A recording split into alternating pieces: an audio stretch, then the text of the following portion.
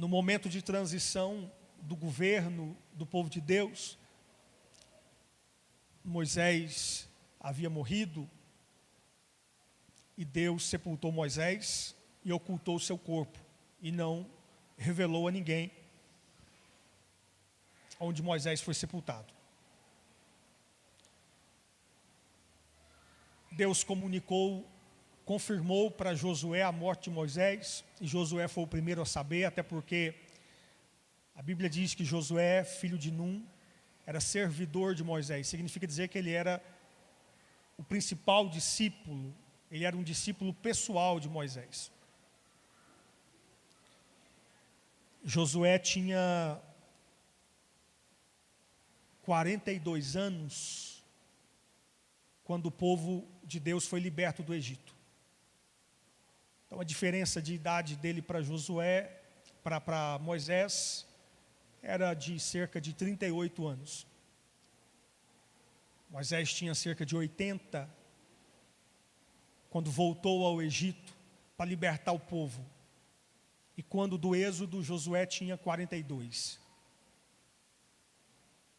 Aos 42 anos, Moisés começa a discipular Josué. Josué tinha 42 anos quando começou a ser discipulado por Moisés.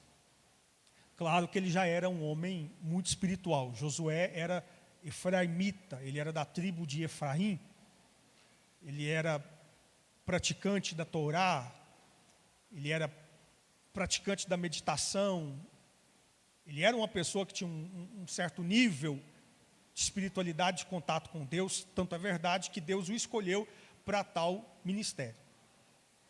E Deus aproximou Josué de Moisés e vice-versa.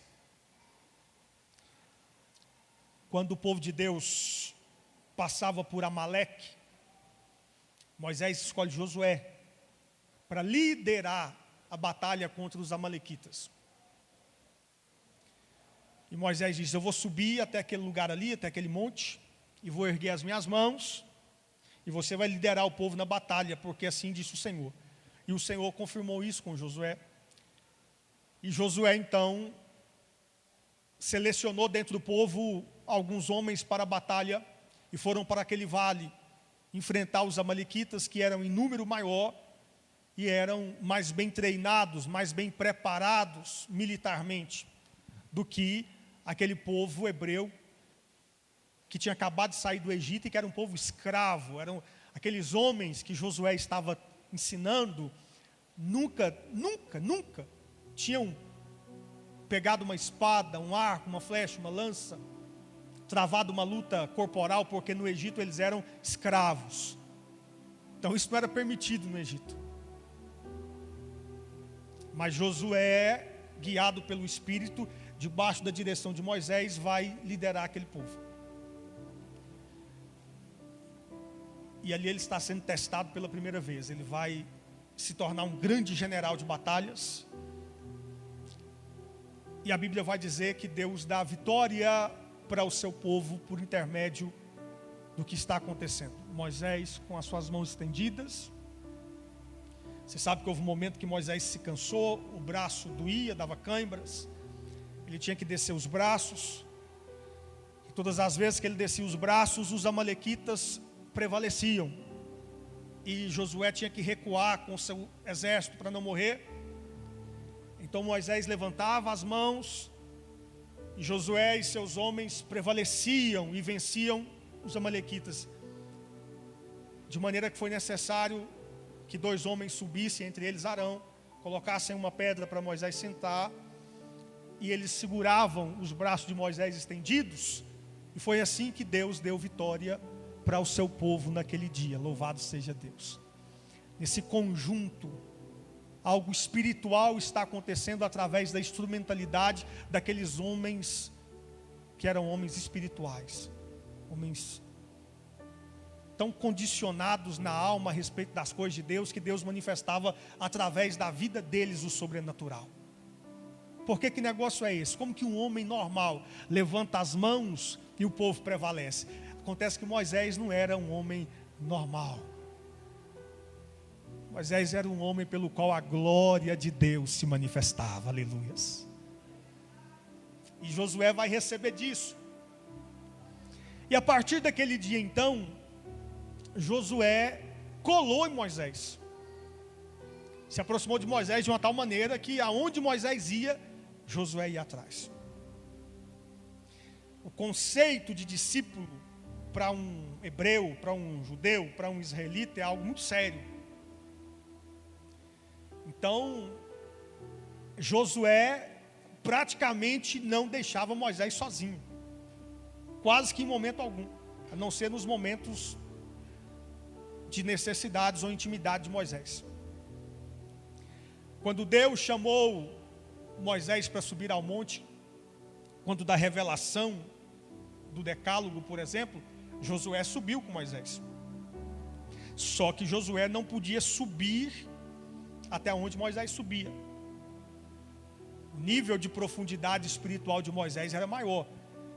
Era para ele que Deus entregava a revelação. Então Josué subia com Moisés até determinado ponto. Chegava ali, ele ficava. E Moisés terminava a subida e chegava até onde Deus se revelava a ele e entregava para ele as revelações das suas grandezas. O que Deus entregou para Moisés é algo extraordinário. Moisés foi inspirado pelo Espírito de Deus e escreveu os 5 primeiros livros da Bíblia e vários outros textos. Muitos textos que Moisés escreveu não estão na Bíblia. Moisés escreveu vários salmos, inclusive. Você lê alguns salmos, entre eles, por exemplo, o salmo de número 90. O salmo 90 é de autoria de Moisés, dentre tantos outros salmos. Moisés recebeu a revelação da Torá, a lei de Deus, que é a Bíblia dos judeus. E ele recebeu a Torá escrita e a Torá oral. Porque teve coisa que Deus falou para Moisés, mas não deixou Moisés escrever. Deus falou para Moisés e disse: essa parte aqui você vai ensinar, somente para alguns do meu povo. Moisés não falava a respeito de algumas revelações abertamente para todo mundo. Moisés só falava aquelas revelações para algumas pessoas, para alguns sacerdotes, para alguns líderes, para alguns príncipes de Israel, para alguns discípulos. Se você observar quando Deus levantou Josué no lugar de Moisés, uma das coisas que Deus vai dizer para Josué foi: cuida de fazer tudo que Moisés, meu servo, te ensinou. No hebraico original, o que Deus disse para Josué foi: tudo que você ouviu de Moisés. É que Moisés comunicou para Josué muitas revelações que ele tinha recebido de Deus, e ele não as pôde escrever. Algumas dessas revelações foram passadas de geração após geração para os judeus, entre os rabinos, entre os sábios judeus. São alguns códigos judeus, algumas coisas estão compiladas, outras não. E muitas dessas revelações são coisas de difícil entendimento. Até porque aquilo que é espiritual só pode ser discernido espiritualmente. E precisa de uma base para se entender. Se você vai para a faculdade, por exemplo, existem matérias que são fundamentais. Você não pode chegar aqui e já acessar essa matéria que está aqui. Não, você precisa estruturar uma base até você chegar nesse nível de informação. O conhecimento de Deus também é assim. Quando o profeta diz: conheçamos e prossigamos em conhecer o Senhor, ele não está referindo-se em conhecer o mesmo. Ele não tá, o conhecer mais de Deus não é conhecer mais do mesmo. Ele refere-se à revelação de Deus. Ele mesmo, Oséias, teve um nível de revelação divina, e ele é usado pelo Senhor para nos instruir, povo de Deus. Se você quer ter contato com o Criador, você precisa conhecer o Senhor. E quando ele diz prossiga em conhecê-lo, ele está dizendo: aprofunde-se no seu nível de busca, para você conhecer mais e mais de Deus. A maioria de nós cristãos contenta-se com a superficialidade da fé. É por isso que nós vivemos na época em que há o maior número de cristãos na terra. E se você somar os cristãos, se você somar os judeus, E se você somar até mesmo os muçulmanos, que são as 3 religiões monoteístas que existem. Todas as outras religiões são pagãs, são politeístas, são idólatras. Das grandes religiões, as religiões monoteístas, as religiões que confessam um Deus, são, em ordem cronológica, o judaísmo, o islamismo e o cristianismo. Existem diferenças fundamentais entre essas religiões. O Islã enfatiza os ensinamentos de Maomé e chamam o seu Deus de Alá. Mas se você tiver a oportunidade de aprofundar um pouco no conhecimento do Islã, o Deus que eles adoram é o mesmo Deus que nós adoramos. Os muçulmanos não adoram outro Deus. O Deus que eles chamam de Alá é o mesmo Deus Jeová que os judeus adoram. Eles usam essa nomenclatura, até porque ninguém conhece, nos dias de hoje, ninguém conhece a pronúncia verdadeira do nome de Deus. A palavra Deus é uma palavra inventada. Deus não é o nome de Deus. Você fala, Deus chama Jeová. Não, não chama. A expressão Jeová é um dos nomes de Deus. Iavé, Javé.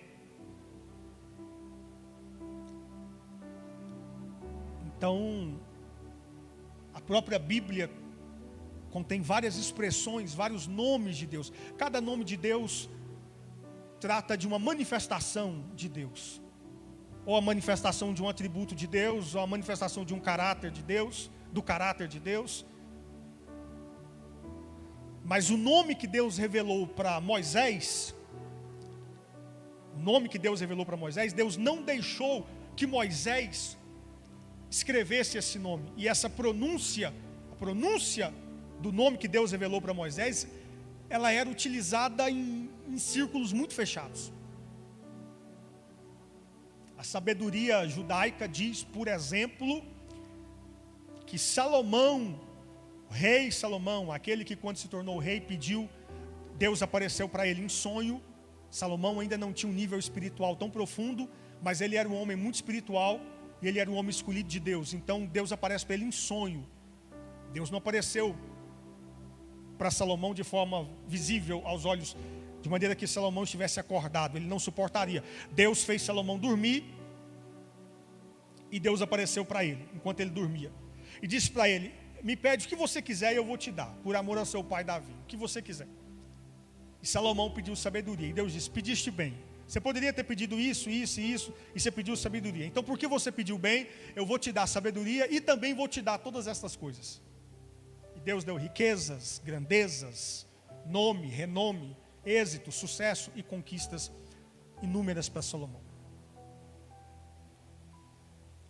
Salomão, para você ter uma ideia, naquela época, ele estabeleceu um sistema econômico em Israel que era tão grande, Israel enriquecia tanto, Salomão tinha aliança econômica com 700 povos diferentes.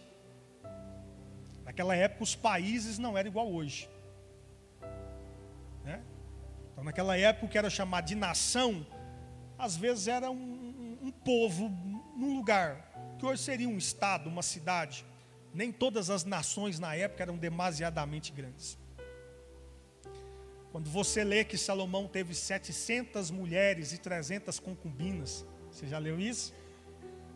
O homem de 1000 mulheres. As pessoas acham que Salomão dormia com 1000 mulheres. Isso não é verdade. Salomão não teve 1000 mulheres no sentido sexual da palavra.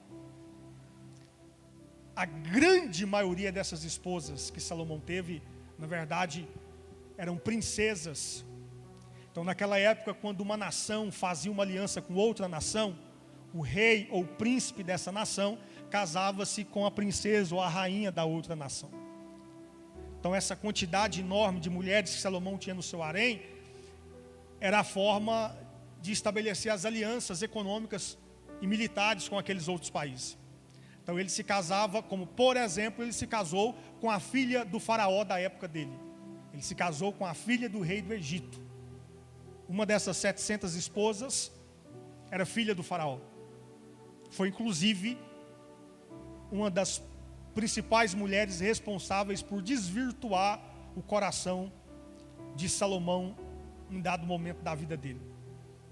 Porque ela pediu que Salomão construísse em Israel templos pagãos, pediu que Salomão permitisse a construção de altares pagãos, uma vez que estas mulheres com as quais ele estava casando, não havia vínculo sentimental e muito menos espiritual. Eram mulheres de povos politeístas, idólatras, que adoravam suas divindades pagãs, demoníacas. E quando Salomão estava velho, não foi ele que foi lá e construiu, mas ele permitiu, ele não impediu. E as suas esposas, várias das suas esposas, construíam altares, até mesmo templos, para cultuarem a deus pagãos. E Deus tomou aquilo como uma afronta, e Salomão foi julgado por isso.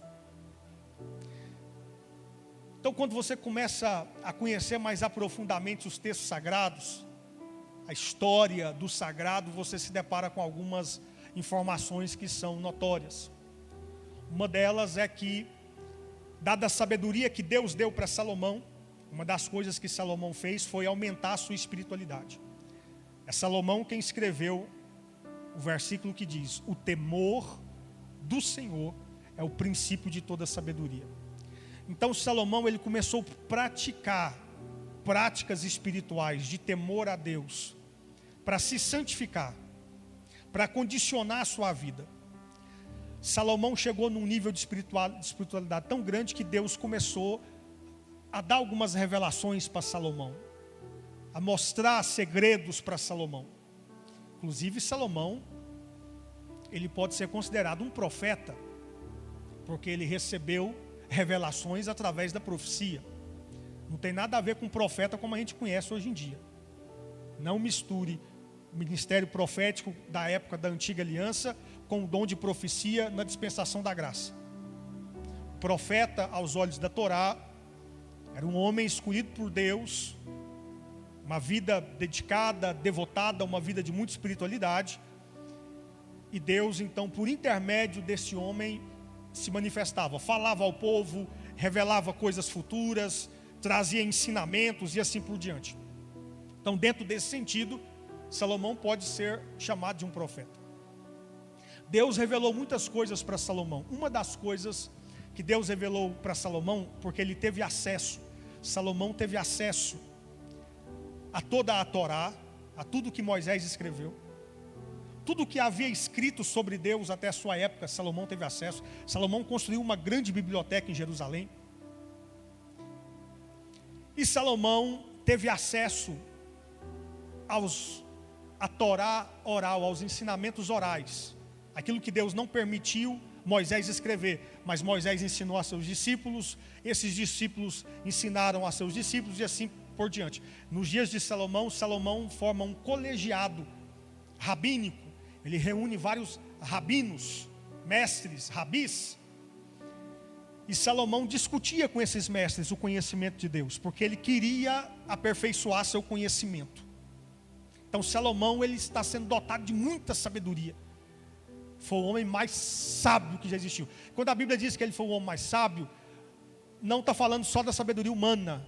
Não é só a capacidade de fazer de Israel, que era uma nação tão pequena em relação ao resto do mundo, uma potência gigante como foi nos dias dele. Não era só a capacidade de construção, a capacidade de estratégia. Não é só o intelecto humano, mas principalmente a sabedoria espiritual. A sabedoria divina. Salomão teve acesso ao que está atrás da cortina. Segundo o conhecimento judeu antigo, existem 7 céus. O segundo desses céus tem um nome que em hebraico significa cortina. É o céu que oculta as coisas espirituais das coisas não espirituais. Salomão teve acesso a esse céu, ele teve acesso. Não, isso não é literal, pessoal. Não existem 7 céus literalmente. Não tem isso na sua cabeça. Você vai pegar um ônibus espacial e você vai passar o primeiro céu. Opa, agora eu vou para o segundo. Não. Isso é conceito, isso é espiritual. Diga amém. Então eu estou falando de coisas que são espirituais. Não pense você que tem camadas de céu. Não. O céu que você pode ver é esse céu que está aí acima da nossa cabeça. Aí tem atmosfera, estratosfera, não sei mais o que, fera. Para que você passa isso, aí você está no espaço sideral, no cosmos. E aí o resto é astronomia. Não, estamos falando do que é espiritual. Salomão teve acesso a coisas espirituais. E ele viu por detrás da cortina do que é espiritual. Então ele teve acesso a muitas coisas. Com a revelação que ele recebeu, Salomão mandou que fosse forjado 2 coisas muito importantes. Uma delas, um anel. Salomão tinha um anel, que mais ninguém na terra tinha um anel igual. Ele mandou forjar aquele anel. E naquele anel ele escreveu o nome de Deus. A abreviação do nome de Deus, o tetragrama. Então, Salomão colocou nesse anel o tetragrama, que são 4 letras do hebraico arcaico, e colocou no seu anel. Esse anel, e na verdade não era o anel, isso é espiritual, era igual os cabelos de Sansão. O poder não estava no cabelo, o poder estava na aliança. Lembra de Dalila dizendo para Sansão: Sansão, revela-me a fonte do seu poder, Aí alguém pensa, raspou a cabeça e Sansão ficou fraco. Não. É que o raspar a cabeça foi o símbolo da quebra da aliança. O poder estava na aliança. Sansão era um nazireu de Deus. Números capítulo 6 fala sobre o voto do nazireado. Então, o nazireu de Deus era um consagrado. Só que no caso de Sansão, o que havia na vida dele era ainda mais profundo, porque não foi Sansão que um dia decidiu se consagrar a Deus. Não, foi o próprio Senhor que enviou um anjo para falar primeiro com a mãe de Sansão, depois com o pai de Sansão, que eles seriam pais de um menino, daria o nome para ele de Sansão, e ele seria grande, forte, ele seria nazireu de Deus, e que o Espírito de Deus estaria sobre ele. Então Sansão, ele teve algo descomunal. Todo nazireu era igual a Sansão? Não. O voto do nazireado era um voto de consagração a Deus. Sansão, ele era um nazireu consagrado, só que o Espírito era sobre ele. Quando diz aqui o Espírito era sobre ele, está falando do poder do Espírito. Não é a pessoa do Espírito, a presença do Espírito. O poder do Espírito era sobre Sansão. Então Sansão, por exemplo, lutava sozinho, desarmado, contra 1000 homens e vencia. Quando a cabeça foi raspada, aquilo simbolizou, aquilo significou a quebra da aliança. Salomão, ele faz votos com Deus. Na construção da sua espiritualidade, da sua oração, a Bíblia dá alguns exemplos. Segundo o livro das Crônicas, por exemplo, a Bíblia conta no capítulo 7, que quando Salomão acabou de consagrar o templo, ele levou cerca de 6 anos, quase 6 anos para terminar a casa de Deus. 6 anos para construir o templo. Quando terminou, para você ver o nível de espiritualidade de Salomão, o rei. Salomão orou. Não foram os sacerdotes, não foram os profetas. Estava todo mundo lá na casa de Deus. Aquele lugar estava cheio. O sumo sacerdote estava lá, os sacerdotes estavam lá, os escribas estavam lá, os levitas estavam lá, os profetas estavam lá, os principais do povo estavam lá, e todo o povo do lado de fora estava lá. Aquele ambiente era muito espiritual. As pessoas, quando pisavam, haviam 12 diferentes portões que davam acesso. Qualquer um dos portões que a pessoa entrava, ela já sentia. O ambiente era diferente. Você saía era uma coisa, quando você entrava é diferente. Há quem diz que até hoje é assim, embora o templo não esteja lá mais. O templo de Salomão foi destruído pelos babilônicos. O segundo templo foi reconstruído pelos romanos e depois destruído em 70 depois de Cristo. E o terceiro templo vai ser construído quando da segunda vinda do Messias. Mas mesmo não tendo o templo do Senhor em Jerusalém, até hoje Jerusalém é chamada de a cidade santa. E quem vai visitar Jerusalém, comumente volta dando testemunho que de fato a atmosfera lá é diferente. Quando você chega ali, especialmente em locais que são considerados sagrados, o lugar onde antigamente foi construído o templo, em determinados locais do Rio Jordão e etc., na península do Sinai, ali que Deus falava com Moisés, né? Em diferentes lugares do Sinai. Então as pessoas vão ali e voltam testemunhando. Eu quero profetizar na minha e na sua vida que em breve nós vamos lá fisicamente fazer uma viagem à Terra Santa, amém? Amém? Eu vou, aleluias. Era um lugar muito espiritual. Salomão começa a fazer uma oração. A Bíblia conta um pouquinho do que Salomão orou, mas a oração que ele fez mesmo, ela não está contada na Bíblia. Salomão não orou 1 minuto ou 3. A Bíblia traz algumas palavrinhas do que Salomão falou na oração, mas a oração de Salomão durou muito tempo. Salomão, ele está fazendo um ritual de oração diante de Deus. Eu preciso que você entenda que naquela época as pessoas não tinham o Espírito Santo dentro delas. Está entendendo isso? Elas tinham a influência do Espírito, a inspiração do Espírito, o poder do Espírito em homens como Salomão. Ou quando acontecia, o Espírito Santo vinha, se apoderava de uma pessoa para uma determinada ação. Se apoderou de Davi, se apoderou de Sansão, se apoderou até de Saul, que profetizou quando esteve no meio dos profetas. Então eram manifestações, mas as pessoas não tinham a presença do Espírito Santo. Então a forma de acessar o céu, a forma de acessar Deus naquele tempo era muito diferente de hoje. Quem está me entendendo, diga amém. Quando eu digo de hoje, eu estou dizendo da era da graça, né, da dispensação de Deus para a igreja. Então Salomão vai usar o que ele tinha. E ele vai fazer um ritual de oração. Ele faz as suas oferendas. Foram milhares. Aí você faz a conta. Quanto tempo leva para imolar um boi, um novilho? Eu não lembro aqui de cabeça. Salomão, ele ordenou o sacrifício de milhares de bois. Milhares de ovelhas. Enquanto esse sacrifício está acontecendo, isso demora muito tempo. Então a oração de Salomão não foi algo assim, chegou, orou e Deus desceu. Não. Salomão ofereceu uma oferenda gigante. Ele oferece uma oferenda ao Senhor e ele ora. E a Bíblia diz, e acabando Salomão de orar. Quando Salomão acabou de dedicar a casa, de consagrar o templo, ele acabou a sua oração, está escrito que a Shekinah de Deus, a glória de Deus, ou seja, é uma emanação manifesta de Deus. Não foi o próprio Deus que desceu, Deus é Espírito. Mas Deus derramou uma porção da sua glória, Deus fez descer uma nuvem da sua glória. Foi algo tão intenso, tão sobrenatural. E a Bíblia diz que aquela glória encheu toda a casa.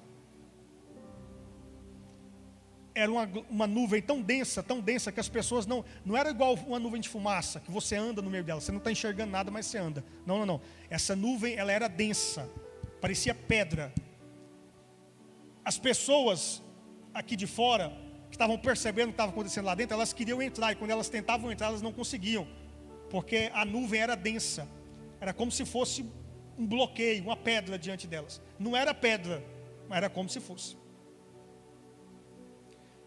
Quem estava lá dentro, estava em pé, essa glória desceu e pesava. Como pedras, um peso, uma rocha. Era uma nuvem pesada. E as pessoas precisavam se agachar. Alguns ficaram deitados, outros ficaram prostrados. Elas não conseguiam se levantar. Não é porque estavam em transe espiritual, mas elas tentavam se levantar. Fisicamente não conseguia. Tinha como se fosse uma parede aqui em cima. Era o trono de Deus que desceu ali naquele lugar.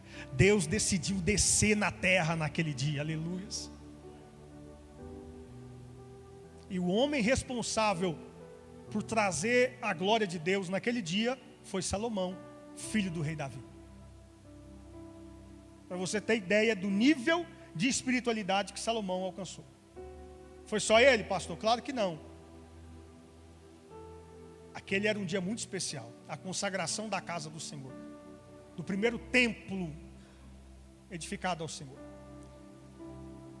Mas Salomão, ele teve acesso às grandezas de Deus. Ele mandou fazer um anel, e Salomão mandou fazer uma corrente. Uma o quê? Corrente.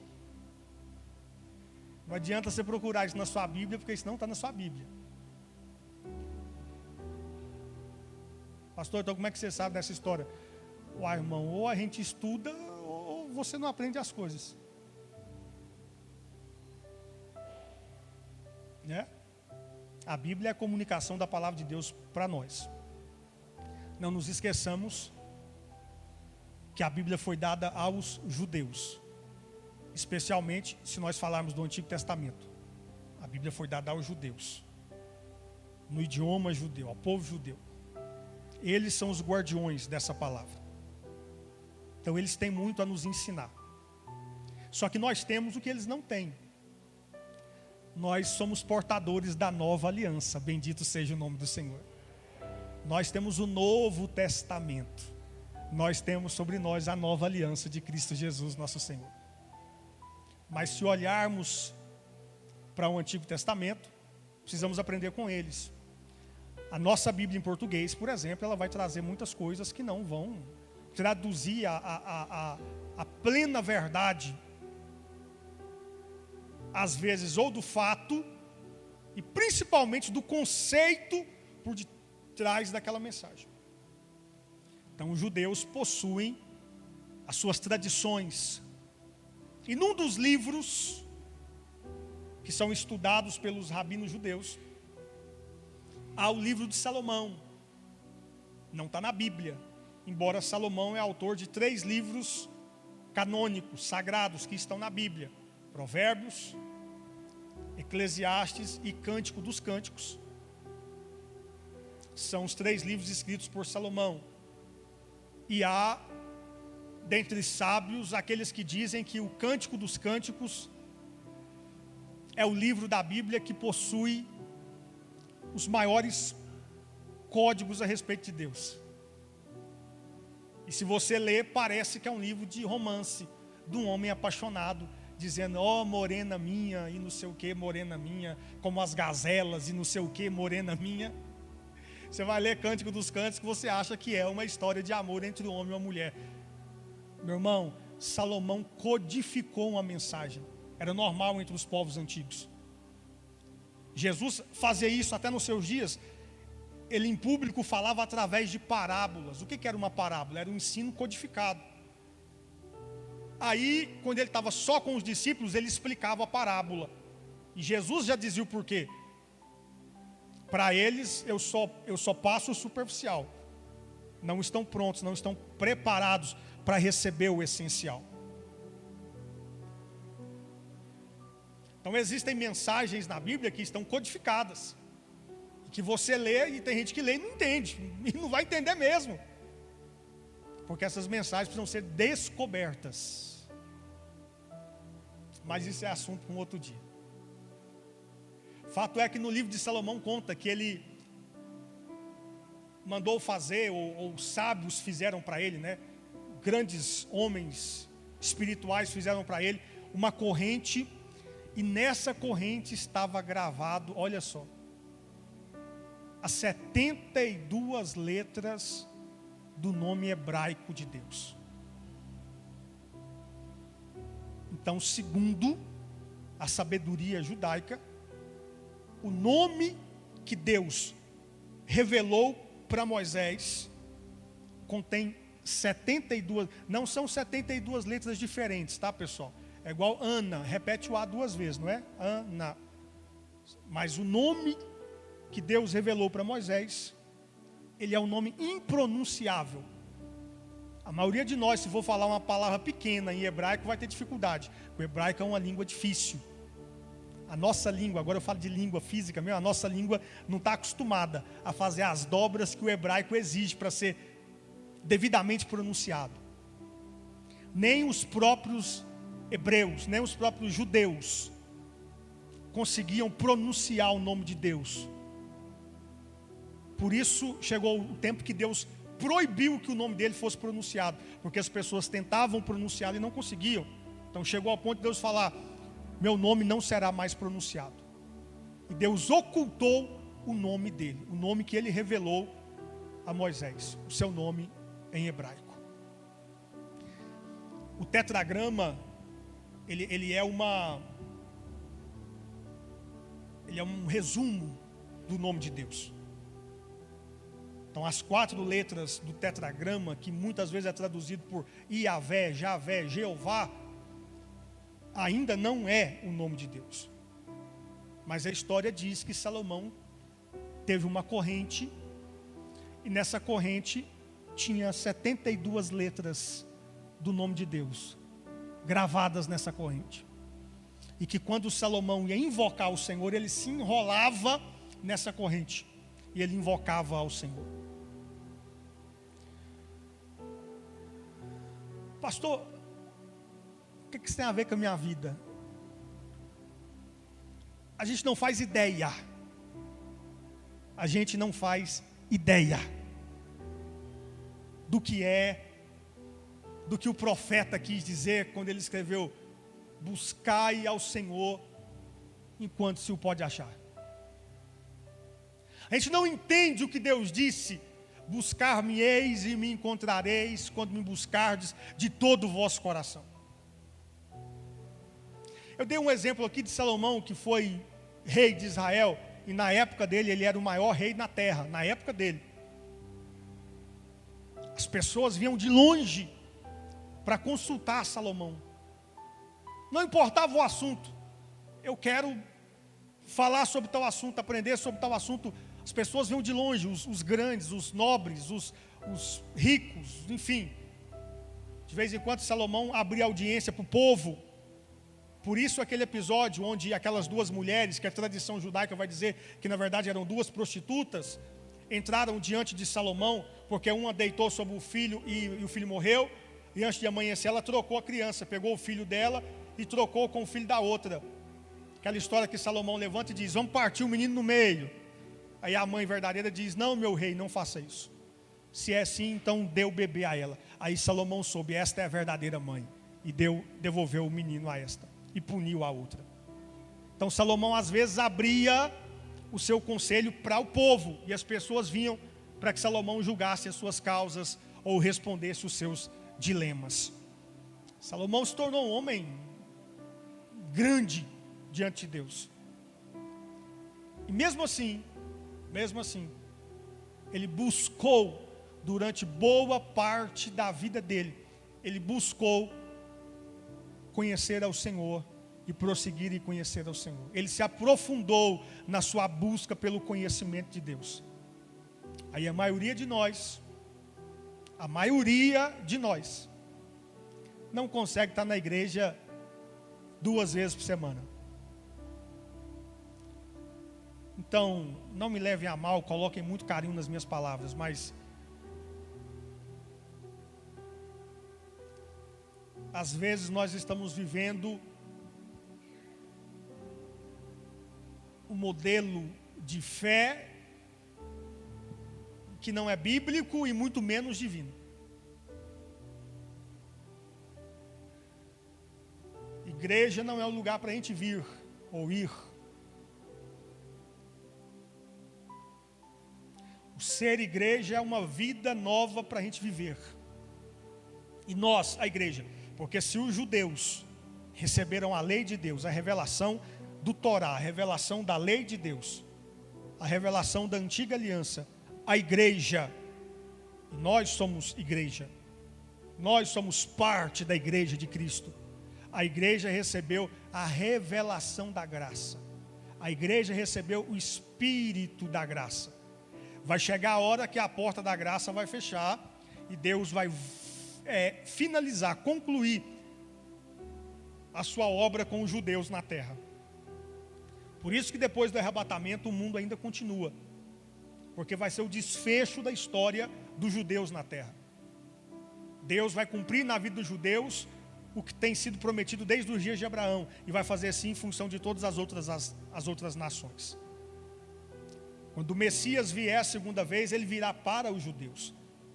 A primeira vinda do Messias foi para a igreja. Ele veio para os seus e os seus o rejeitaram.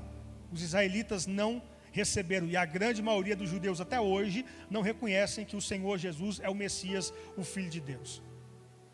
Porque para eles olham para a profecia messiânica e para eles o Messias virá para restaurar o reino de Israel. Vai construir o terceiro templo, vai construir o templo de Deus e vai restaurar o reino de Israel. Quando o Senhor Jesus veio a essa terra, ele não fez isso. É que eles não compreenderam a profecia completamente. Paulo desvendou isso. Paulo era judeu. Paulo era rabino. Paulo cresceu aos pés de um grande rabino da sua época e se converteu a Cristo.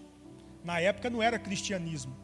Cristianismo, o nome cristianismo, essa ideologia, isso aí veio 300, quase 400 anos depois de Cristo. Quando Constantino começou a incorporar a religião, né, o movimento cristão, à religião oficial do Império Romano. Então, nos dias de Paulo não havia o chamado conceito cristianismo, mas o conceito cristão já existia.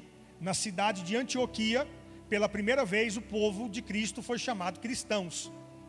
A mensagem que Paulo pregava era uma mensagem tão cristocêntrica. Deus deu para Paulo, seria o Moisés da época da graça. Se Moisés é o profeta da época da lei, Paulo é o profeta da época da graça. Porque Deus deu para Paulo certas revelações. Paulo chega a dizer uma vez que ele teve acesso ao terceiro céu. Ou seja, ele passou o céu da cortina e teve acesso ao terceiro céu, que é o céu da recompensa, o céu do galardão. Eu repito, eu estou falando de coisas espirituais, pessoal. Isso é um conceito espiritual. Paulo teve acesso a isso. Então, o nível de profundidade de revelação que Deus deu para Paulo, em certo aspecto, foi mais profundo do que o de Salomão, por exemplo. É diferente. A sabedoria de Salomão foi maior, porque ela foi plena em todos os sentidos. Mas Deus deu certas revelações para Paulo em níveis muito mais profundos. Paulo, por exemplo, conseguiu enxergar a manifestação do Senhor Jesus em toda a Bíblia, do Gênesis até o que a ordem da Bíblia judaica não é essa, né? Se você pegar a sua Bíblia hoje, é de Gênesis a Malaquias, mas a Bíblia judaica não tem essa ordem que a nossa Bíblia tem. Mas os mesmos 39 livros da nossa Bíblia, Antigo Testamento da nossa Bíblia, na Bíblia judaica estão em 24 livros. Eles não dividem 1 Samuel e 2 Samuel, é um livro só. Eles não dividem 1 Reis e 2 Reis, é um livro só, né? Então, a Bíblia dos judeus tem 24 capítulos, 24 livros, mas são os mesmos 39 livros do Antigo Testamento da nossa Bíblia. Então, Paulo, que conhecia a Bíblia dos judeus, que é a Torá, o Talmud, né, o Pentateuco, os profetas, os livros poéticos e etc., os livros históricos, Paulo que conhecia esses textos, Paulo conseguiu enxergar o Senhor Jesus em cada peça, coisa que os judeus não conseguem enxergar, os judeus ortodoxos. Deus deu para Paulo essa revelação pelo seu Espírito Santo. Então Paulo é o grande apóstolo dos gentios, o grande apóstolo da igreja. Louvado seja o nome do Senhor Jesus. Nós estamos na dispensação da graça, na dispensação da igreja. Então a história de Israel continua. Deus vai dar o desfecho dessa história depois do arrebatamento. Mas no derramamento do Espírito Santo, até o arrebatamento da igreja, nós estamos vivendo a era da graça, a dispensação da graça. Na antiga aliança, o governo de Deus na terra se dava a partir dos judeus. Na nova aliança, o governo de Deus na terra, a influência de Deus na terra se dá através da igreja. Uma igreja que não exerce o governo de Deus, ela está impedindo, limitando a operação de Deus. Aí a gente vai olhar, nunca teve tanto crente, tanto cristão no mundo, especialmente se você considerar as 3 maiores religiões, nunca teve tantos servos de Deus na face da terra como hoje. Nós somos bilhões de crentes, de monoteístas, de pessoas que adoram o único Deus. E reflete comigo, isso faz do mundo um lugar melhor? Isso faz do mundo um lugar sem guerras, sem fome, sem miséria, sem atrocidades, sem mal? Não faz.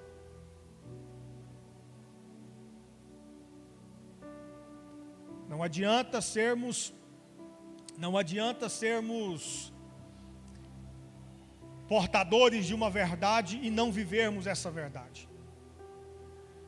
Não adianta sermos portadores de uma mensagem e não manifestarmos essa mensagem. Precisamos manifestar o reino de Deus na terra. Pastor, o senhor espera que a terra se torne um lugar melhor? Não, eu não falo da terra enquanto mundo. Falo da terra enquanto pessoas. E sem sombra de dúvida, quando nós manifestamos o reino, o nosso mundo, o nosso mundinho, o mundo em que nós vivemos, aqui eu não estou falando do planeta, não estou falando das nações, estou falando do mundo de cada um de nós, esse mundo que você vive, as pessoas com as quais você se relaciona. Quando nós manifestamos o reino de Deus, esse lugar se torna, sim, um lugar melhor. Porque é a influência de Deus, é o governo de Deus, é o poder de Deus. O reino de Deus é justiça, o reino de Deus é paz. Meus irmãos, nos dediquemos a buscar o Senhor e consagrarmos a Ele a nossa vida. Eu tenho feito com o Senhor um compromisso de buscá-lo. Eu tenho feito com o Senhor um compromisso de aprender mais dEle e de aprender mais com Ele. Quero ser um agente de Deus para a tua vida. Quero ser um instrumento de Deus para a sua vida. Quero poder subir a essa tribuna e trazer ensinos, e trazer revelações, e trazer a mensagem de Deus nosso Senhor. Ser um instrumento do Senhor sobre a sua vida. Mas não pense que o seu papel como igreja é ficar sentado no banco. A palavra de Deus diz que nós somos sacerdócio real. Nós somos povo adquirido. Isso não é privilégio de alguns, irmão. Isso não é privilégio de quem tem o título de pastor, de quem sobe na tribuna. Isso é um privilégio de todos os salvos. Esse é o privilégio de todos os santos. Esse é o privilégio da igreja do Senhor Jesus Cristo. Por isso que lá na igreja primitiva, você vai ver homens que não eram ensinadores, não eram rabis, não eram apóstolos, mas eram cheios do Espírito Santo. Estevão, por exemplo, que foi o primeiro mártir da igreja, ele era uma espécie de um diácono da igreja de Jerusalém. Não era apóstolo, não era pastor, não era um ensinador, mas ele era cheio do Espírito Santo. Tão cheio, mas tão cheio do Espírito Santo, que a vida de Estevão exalava a presença de Deus. Nós vivemos numa terra, nós vivemos num mundo que tem muitas coisas para nos distrair, que tem muita coisa para nos atrapalhar. Viver num mundo tão barulhento, viver num mundo tão conturbado e permanecer no Senhor. Não importa a sua idade, jovem, ancião, homem, mulher, porque Deus não faz acepção de pessoas. Mas Deus procura aos verdadeiros adoradores, aqueles que o adoram em espírito e em verdade. Precisamos viver por propósito. Precisamos cumprir as nossas missões, os objetivos de Deus para a nossa vida aqui na terra. E eu convido você, coloque na sua vida mais busca pelo Senhor. leia a palavra de Deus, busque conhecer mais de Deus, busque orar mais a Deus, busque se aprofundar mais no Espírito Santo de Deus. Que nós sejamos uma igreja devidamente espiritual, que nós sejamos um povo zeloso e de boas obras, que nós sejamos um povo espiritual, que nós sejamos um povo que tenha apreço, amor pela palavra de Deus, pela presença de Deus. Amém, meus irmãos? Graças a Deus. Fique de pé comigo por um instante, vamos fazer uma oração. Querido Deus eterno, Criador dos céus e da terra, Senhor nosso Deus e nosso Pai, nós te pedimos aqui agora, porque eu oro aqui na tribuna, no microfone, mas toda a igreja tem a oportunidade de concordar comigo nesta oração. E eu oro, Senhor, como pastor do teu povo que aqui está, como agente que o Senhor escolheu para estar servindo o teu povo neste lugar. Então, meu Pai, no nome de Jesus Cristo eu te peço, faz arder, Senhor, o teu fogo, e que o fogo arda continuamente sobre o altar e jamais se apague. Acende a chama em nossos corações de tal maneira que haja um fogo inflamado, um fogo que arde, um desejo, Deus, um apreço, um anelo pela tua presença, por conhecermos mais de ti, mais da revelação do Senhor, da tua luz, da tua glória, do teu conhecimento. Senhor Jesus, Messias, o Cristo, o desejado das nações. Oh, meu Senhor, somos o teu povo na terra.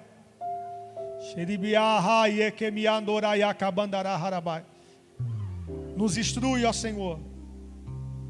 Nos instrui, ó Senhor. Nos direciona, ó Senhor. Nos capacita, ó Senhor. Nos atrai. Como o Senhor fez com alguns dos teus filhos, dos teus escolhidos em gerações passadas, aonde um desejo que nasceu era cultivado dentro deles. Eu te peço, Pai, faz brotar esse desejo em nossos corações e que nós possamos cultivá-los. Igreja do Senhor, Deus, Ele cria circunstâncias para que um desejo seja gerado em nós, um despertamento, mas nós precisamos cultivar isso, nós precisamos manter isso.